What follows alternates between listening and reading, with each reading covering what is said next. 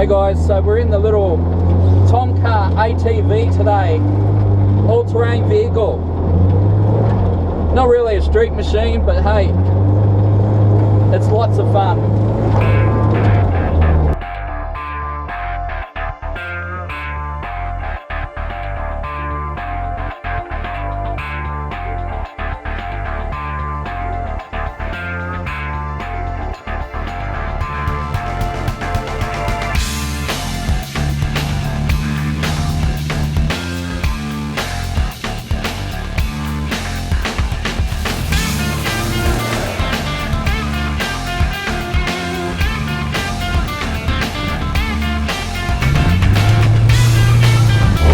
It's powered by a little 1.1 litre petrol engine. They do have a 1.4 litre diesel version, and there's also military spec versions, and they're looking at a race version as well with a turbocharged 1.1 in it. But this thing is amazing. It goes everywhere.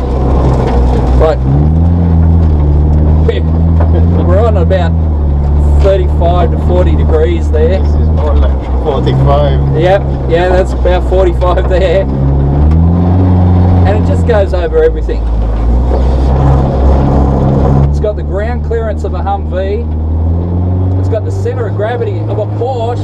Military love these things. Whoa! Jeez. Military love them because they'll fit in the back of a helicopter like a Chinook or something like that. Just drive them out the back.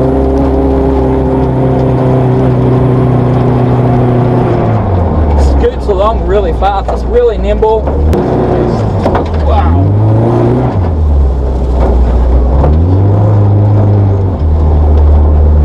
Anyone who's ever worked on a farm will know that you can't pick your terrain.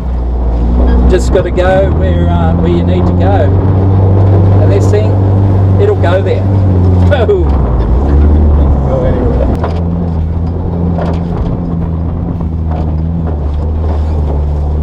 It's amazing.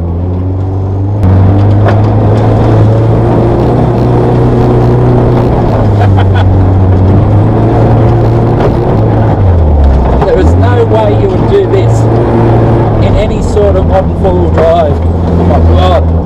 Hey guys, Scotty here, and we're doing something a little bit different. We're with CEO and co-founder David Brim of TOMCAR Australia. We've been driving these little TOMCAR around. This is the TM2, the little two-seat version. They make a four-seat version, and then they also make an extended wheelbase heavy load vehicle called the TM5, which is also two-seat but bigger bed. David, how'd this all come about?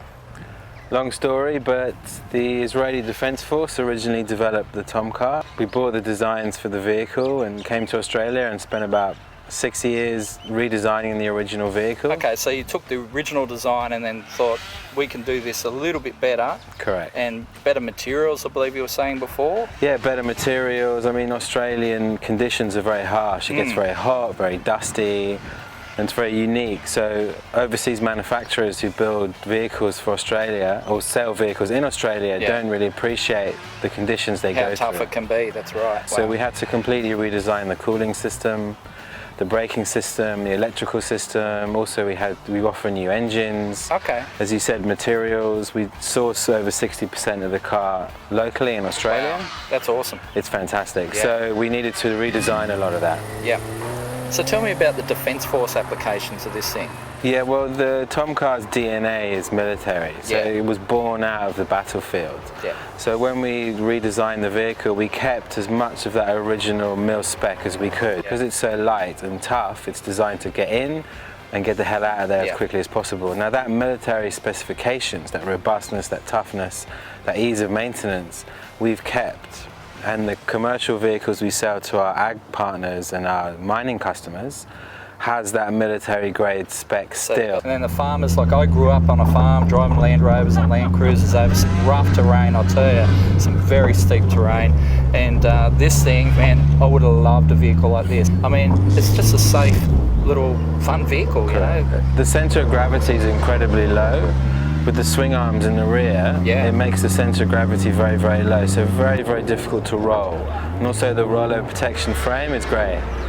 So with Ford, Holden and Toyota ceasing local manufacturing soon, you guys are going to look like being one of the only car manufacturers in Australia soon. You know, is there any hope of making these things road legal?